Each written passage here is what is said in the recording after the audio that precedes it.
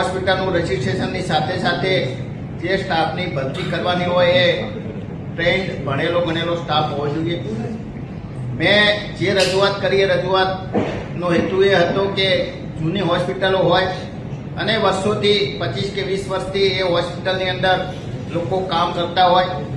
એ ગુજરાતીની અંદર કહેવત છે કે ભણેલા નહીં પરંતુ ગણેલા અનુભવના આધારે એ લોકો એટલા બધા ટ્રેન થઈ ગયા હોય છે કે ઘણીવાર ડૉક્ટરની ગેરહાજરીમાં પણ એ જાતે ઓપરેશન કરી દેતા હોય એટલા સક્ષમ હોય છે. એટલે આ કાયદાની અમલની સાથે સાથે જો આવા લોકોને નોકરીમાંથી મુક્ત કે છૂટા કરી દેવામાં આવે તો એ લોકો બેકાર થઈ જશે, એમના પરિવારને પણ મોટું આર્થિક નુકસાન પડશે.